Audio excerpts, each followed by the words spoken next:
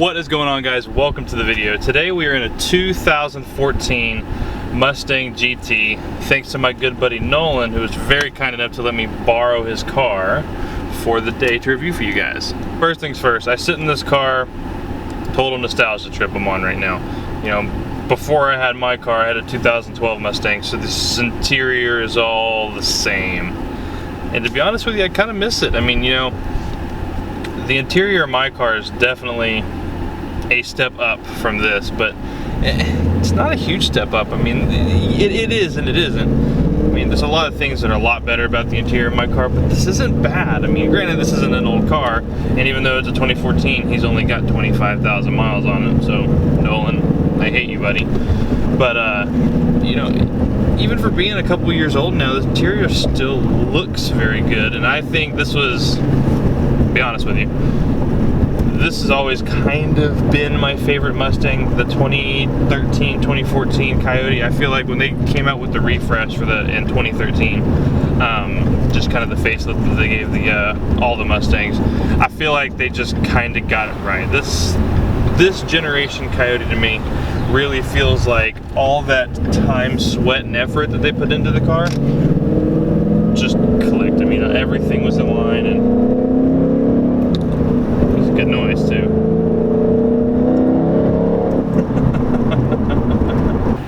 You know, I think they kind of just did all the right things. First off, they started with the nose. They gave every 13-14 Mustang that GT500 nose.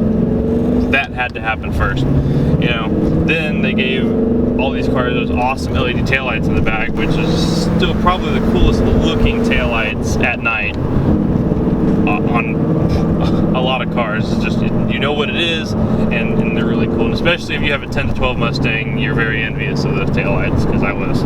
So power differences in all three generation, if you want to call them generation Coyotes. So the 11 to 12 Coyote, you got 412 horsepower at the crank.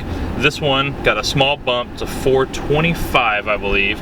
And then my car got a small bump from that to 435. So this is, you know, I know the inner workings of my car are, and if you guys are watching this video and you don't know who I am, I have a 2016 GT.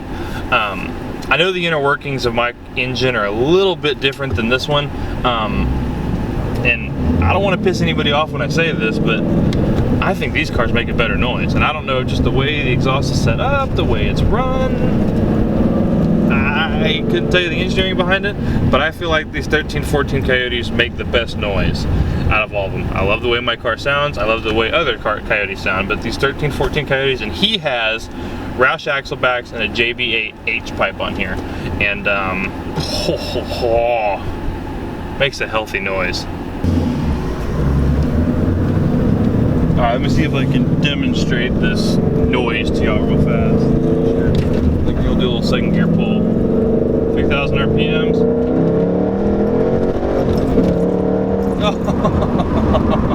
Alright, so first things first, the immediate difference you feel from the S550 to the S197, if you're working backwards, is, I'm not going to call it, I'm not going to say it's less refined, because, I mean, it is, but it's just more raw. I mean, you just feel like the whole car is having to cope with this much horsepower, whereas the newer cars are made to handle this much horsepower.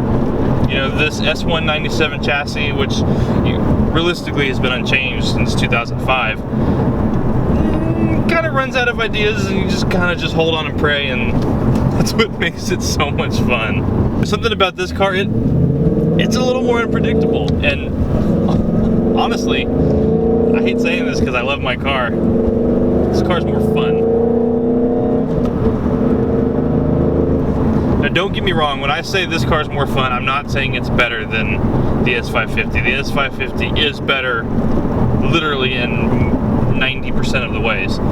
But in just terms of a smiles car, because you just mash your foot in it and you just hope everything goes okay. And it always does, sometimes for most people, but it's hard to describe the feeling that this car gives you. I've never driven this generation Coyote before, and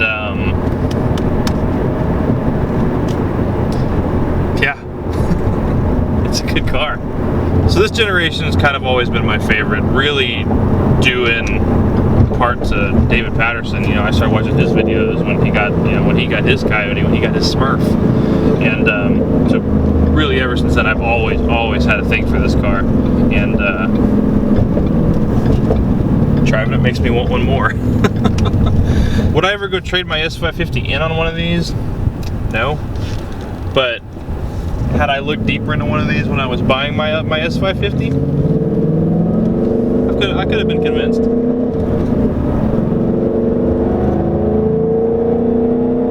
Just a raw, visceral feeling when you drive this car. Just the engine just makes such a good note, and I'm sure that's, you know, due to the exhaust too. But and I love how much these old cars pop. My car doesn't pop nearly as much, and I know that popping's not a great thing all the time, but it's kind of cool. Suspension wise, I mean, it's a little bumpier over the bumps than my car, but it's also got different springs and it's still a solid rear axle car, which, you know, is to be expected. But, you know, for the most part, around town driving, which, come on, is 90% of what anybody does, it feels fine. I would never ever complain about the ride in this car once. And the only thing I will note is that while the suspension is, you know, comparable in the street, on a track, the S550 is night day better. I mean, I've had both of them autocrossing now, and oh, it's just it's unbelievable the difference, stock for stock, modded for stock, that an S550 has over this car as far as cornering goes. Like I said, the rest of it I would say is very comparable. I think the S550 does a lot of things better than this car does, but I also think this car does a lot of things better than the S550 does. I know for a lot of people, the looks, I know a lot of people are still iffy on the looks of the S550, and that's why they bought this car, because they think this car looks more like a Mustang, which I would agree with them on that. I like the way the S550 looks from a car. I think it's a beautifully designed car, and just the lines of it all work. But as far as a Mustang and a, you know, honest to God grassroots Mustang, this car definitely has the W in the looks department. And not to mention the value. Now, maybe not this car because it's very low miles and it's the 13, but the value you can get out of an 11 or 12 Coyote now, I mean, I'm seeing some of them. Now, granted, they've got 70, 80,000 miles on it, but who cares? You know, that engine, as long as you don't do much to it, is freaking bulletproof.